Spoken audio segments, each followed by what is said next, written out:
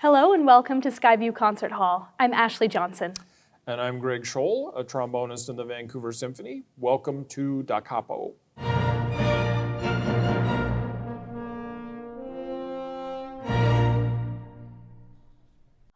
All right, so this weekend we are going to be hearing George Gershwin's Rhapsody in Blue. This is a piece everybody knows, even if they don't know that they know it.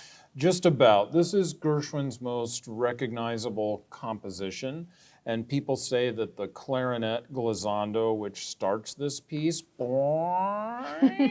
is recognized in the United States anyways, and maybe the world, as much as the start of Beethoven's Fifth Symphony. The piece is a key composition when it comes to defining the jazz age. This is a time when American jazz music and dance styles gained worldwide popularity. And there's a crossover between the jazz age and what we often refer to as the Roaring Twenties. This is the era that is encapsulated by this music. So where did Rhapsody in Blue come from? This was a collaboration between George Gershwin and a very famous band leader from the 20s named Paul Whiteman, who used to tour around with the Paul Whiteman Orchestra. He asked Gershwin to write a concerto-like piece for an all-jazz concert that was going to be put on in celebration of Abraham Lincoln's birthday.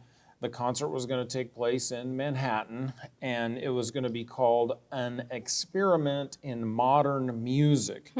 Whiteman had become fixated upon performing some kind of extended Gershwin composition after he collaborated with George Gershwin on an earlier piece in 1922. Gershwin initially declined Whiteman's request on the grounds that he would not have sufficient time to compose a piece like this, let alone to do the necessary revisions of the score before rehearsals could begin. Sounds like a pretty firm no. Yeah, the answer was no for a while. So not long after that refusal, George Gershwin and a lyricist that he knew, not his brother Ira, were playing a game of billiards. But Ira Gershwin was there and interrupted the billiard game to read aloud a newspaper article. And it was an unsigned article from a newspaper, and the article was called "What is American Music?" And in this article, this upcoming Paul Whiteman concert was described, and the article falsely declared that George Gershwin was already working on a jazz concerto that would be performed and premiered at this Whiteman concert. And what did Gershwin make of this? Well, this news announcement really puzzled him, as he had politely declined to compose any such work for Whiteman or for this concert.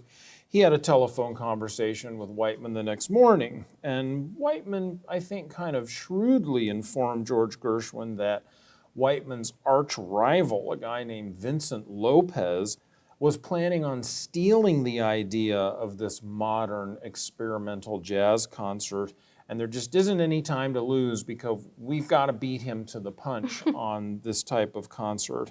And somehow Gershwin found that persuasive and decided, well, now that we have this rival or this person we have to defend ourselves against, I will go ahead and get to work on the piece. A little bit of a musical space race. That's exactly right. So he was left with pretty short time to get this done. Yeah, he had to work fast. He only had 5 weeks between his decision to write the piece and the date of the concert. He later claimed that the ideas and the music came to him while he was on a train journey to Boston. These thematic seeds for what became Rhapsody in Blue were already germinating in his mind. He later said, "It was on the train with its steely rhythms, its rattly bang, that is so often stimulating to a composer. I frequently hear music in the very heart of the noise, and there I suddenly heard and even saw on paper the complete construction of the Rhapsody from beginning to end. No new themes came to me, but I worked on the thematic material already in my mind and tried to conceive the composition as a whole. I heard it as sort of a musical kaleidoscope of America, of our vast melting pot, of our unduplicated national pep, of our metropolitan madness. By the time I reached Boston, I had a definite plot of the piece as distinguished from its actual substance. So then he was ready to begin. Right, he began composing on January 7, as dated on the original manuscript, which he started working out the ideas, scored for 2 pianos. He tentatively entitled the piece An American Rhapsody during its composition, but Ira Gershwin suggested to him he should revise the title to Rhapsody in Blue, because Ira Gershwin had just visited a gallery exhibition of the paintings of James Whistler, and these paintings had titles such as Nocturne in Black or Arrangement in Gray and Black. This appealed to Ira Gershwin, and he passed on the title to his brother. After a few weeks, George Gershwin finished his composition and passed the score, titled A Rhapsody in Blue, to Ferdy Grofé, who was an arranger of music who worked for Paul Whiteman. And Grofé finished this orchestration on February 4th, which was just 8 days before the concert was to take place. So tell me about the Rhapsody in Blue premiere. Well, the premiere was in 1924 at a place called the Aeolian Hall in Manhattan. This was a music hall that was built into a building for the Aeolian Instrument Company. This was a company that made instruments. The concert was titled An Experiment in Modern Music, and that's what it was. This much anticipated concert drew a packed house at this theater, and Whiteman was joined by his Palais Royal Orchestra, and they performed a lot of different kinds of music. In a pre-concert lecture, Whiteman's manager proclaimed the purpose of the concert to be purely educational. Whiteman had in fact selected the music to exemplify the melodies, harmony, and rhythms which, according to him, agitate the throbbing emotional resources of this young and restless age. So Rhapsody in Blue was on the program. What else was heard that night? Well, there were 26 separate musical offerings on this concert, divided into 2 halves and 11 different sections. Each section had its own title or group title, things like The True Form of Jazz, or Contrast, Legitimate Scoring versus Jazzing. So it was really this academic exercise in many ways. The program's schedule featured Gershwin's Rhapsody in Blue as merely the penultimate piece. The highlight of the concert, the last piece at the end of the show, was Elgar's Pomp and Circumstance No. 1, which is an unusual choice for such a concert, but that was a very popular piece of music in the day. So how did the concert go? Many of the early numbers in the program sort of underwhelmed the audience because, remember, this was really new music at the time. The ventilation system in the concert hall had malfunctioned, so it was very warm and stuffy. Some audience members, in fact, had departed the venue by the time Gershwin finally made his inconspicuous entrance onto the stage to perform the Rhapsody. The audience was irritable, and they were impatient, and they were restless until they heard this haunting clarinet glissando that plays the opening notes of Rhapsody in Blue. This line is the trademark of this piece. It's one of the most famous musical moments in American history, certainly. Where did this come from? It is a really iconic phrase, and it would be one thing to say that George Gershwin came up with that idea on his own, but we have to give the credit to the clarinetist who was rehearsing the piece with the orchestra, because the way Gershwin wrote it out, it wasn't a gliss or a slide or a smear. It was individual notes, played very quickly. And as a joke on George Gershwin, the clarinetist played that with this noticeable glissando, connecting the notes like you would on a trombone or something like that, stretching the notes out and adding what at the time he thought to be a sort of absurd, jazzy, humorous touch to the passage. Instead of laughing or thinking that it was just a joke, Gershwin reacted very favorably and said, do it that way from now on. And in fact, if you can make it wail even more, that's what we want. I think it's really encouraging to hear of a famous composer who was willing to let a musician change the opening of their piece and be open to the idea of something, someone might have thought of something even better. I want to wail at the beginning of this piece now that I've heard what that could sound like. Well, what was the reaction to this performance? Well, the audience tumultuously applauded Gershwin's composition, and quite unexpectedly, the concert, because of this, in every respect but the financial one, became a knockout. That was something that one of the promoters wrote. The concert was also historically significant due to the premiere of this Rhapsody, and the program itself would become this kind of historic document which found its way into foreign monographs talking about things like jazz music in America. Following the success of the Rhapsody in Blues premiere, many other future performances by Paul Whiteman and his orchestra followed. Well, audiences clearly loved it. What did the critics think? Well, the reviews were mixed. One critic conceded that Gershwin's composition had made an honest woman out of jazz, while another opined that Gershwin had added a new chapter to our musical history. The New York Times favorably noted the Rhapsody in Blue as a highly original form and described the composer as a new talent finding his voice. Those were some of the positive things people said. Okay, so I gather there were some less positive reviews. As usual, there was one critic who declared that the Rhapsody begins with a promising theme well stated, yet soon runs off into empty passage work and meaningless repetition. A number of reviews were particularly negative. One was written by a Wagner enthusiast named Lawrence Gilman. He wrote a devastating review later of Gershwin's Porgy and Bess, by the way. He criticized the Rhapsody in Blue as derivative, stale, and inexpressive. Overall, professional music critics recurrently criticized Gershwin's piece as essentially formless and asserted that the composer had haphazardly glued melodic segments together. That's an unfair criticism because Gershwin wasn't trying to write a piece using Germanic forms of the 19th century. He was focused on the jazz age and directions that music could go. As usual, the critics were a little bit slow in following his lead. But there were other opinions that were printed as well. And in an article in the Atlantic Monthly in 1955, Leonard Bernstein, who adored the piece, stated, "Rhapsody in Blue is not a real composition in the sense that whatever happens in it must seem inevitable or pretty inevitable. You can cut parts of it without affecting the whole in any way, except to make it shorter. You can remove any of these stuck together sections and the piece still goes on as bravely as before. You can even interchange these sections with one another and no harm done.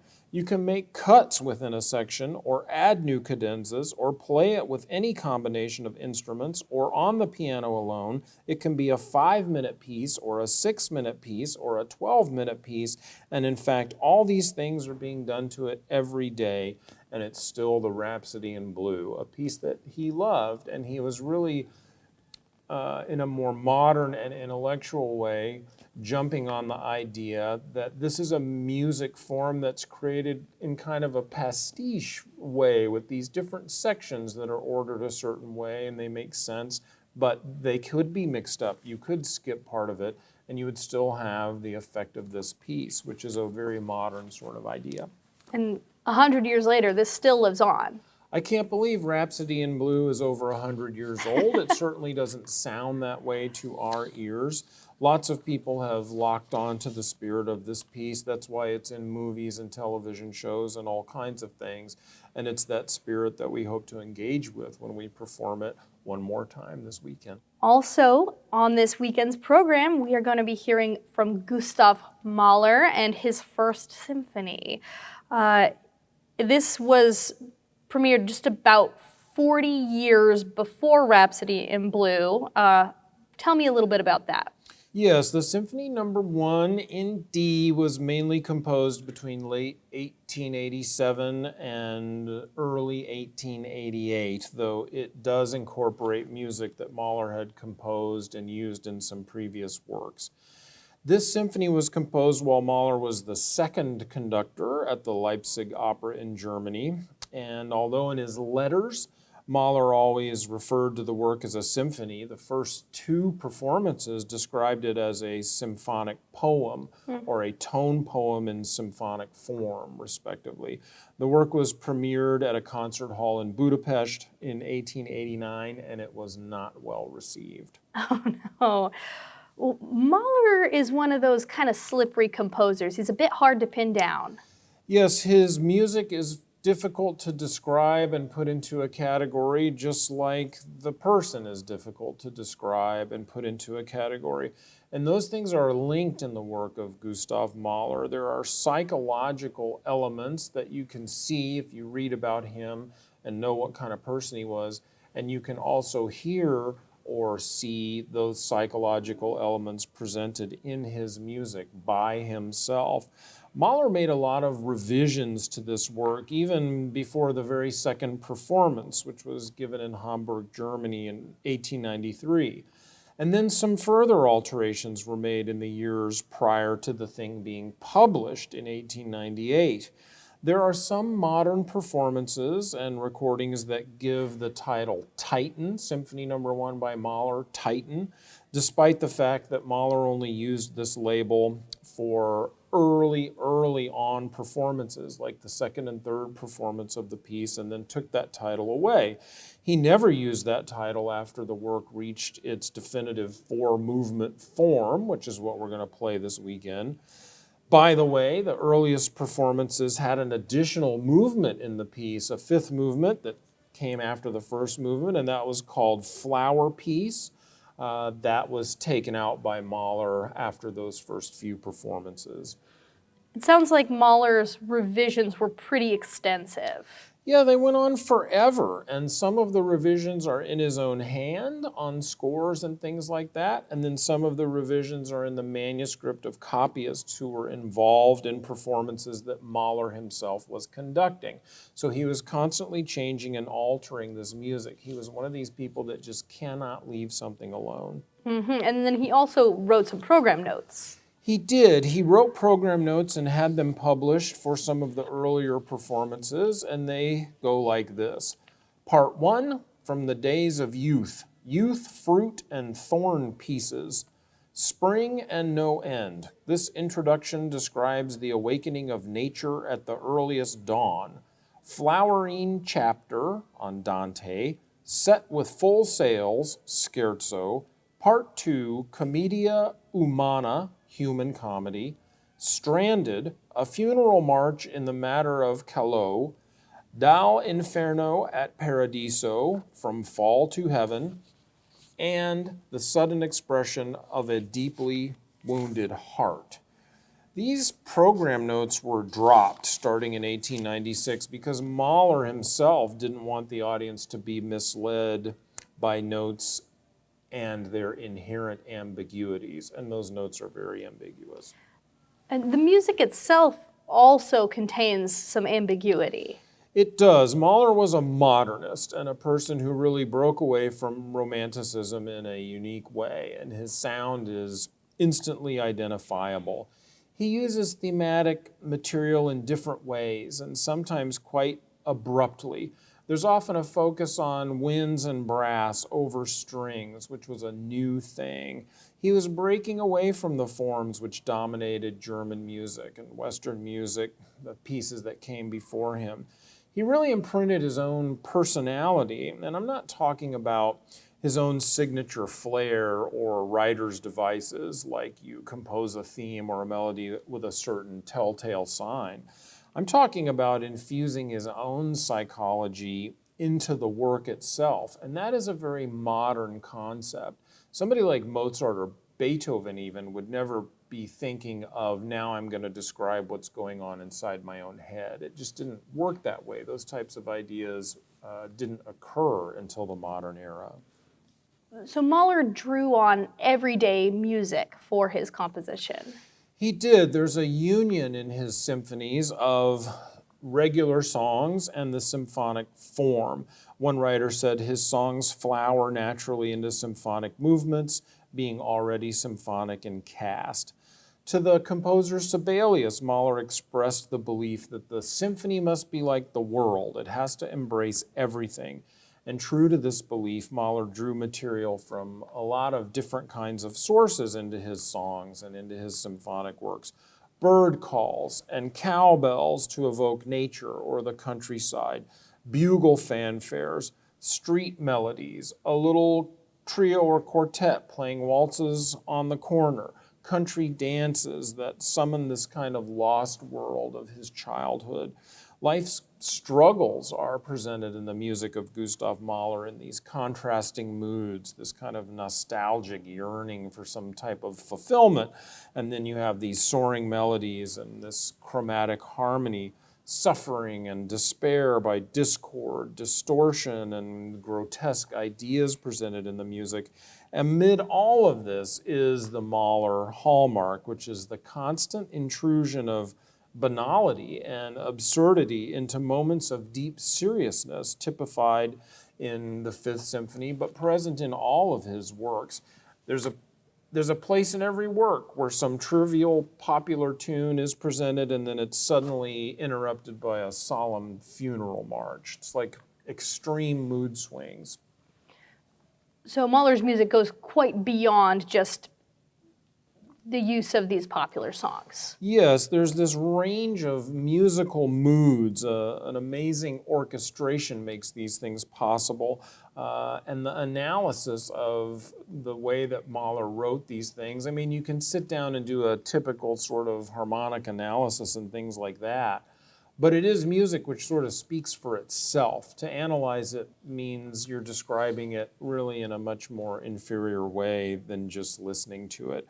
There are extremes of volume presented. There's use of offstage ensembles. There's an unconventional arrangement of orchestral forces. And there is this frequent recourse to popular themes and popular music. It's all sort of blended up in this package that is then infused with Mahler's own moody psychology to create something that's very unusual. How were Mahler's symphonies received in his day? Well, they were never hugely popular. The story of Gustav Mahler, if you read a biography, especially one from about the time period when he lived, it's the story of a conductor. The history of Mahler, the articles written about him, everything was geared towards the fact that Mahler was a famous conductor, not some kind of famous composer, not some kind of famous composer of symphonies. And in fact, he died in 1911, and from 1911 until 1950 or so, his music was completely neglected. Where did the revival of his work come from?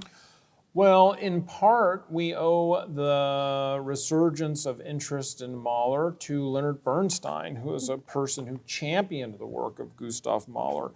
He convinced the Vienna Philharmonic to record all the Mahler symphonies when he was the conductor there.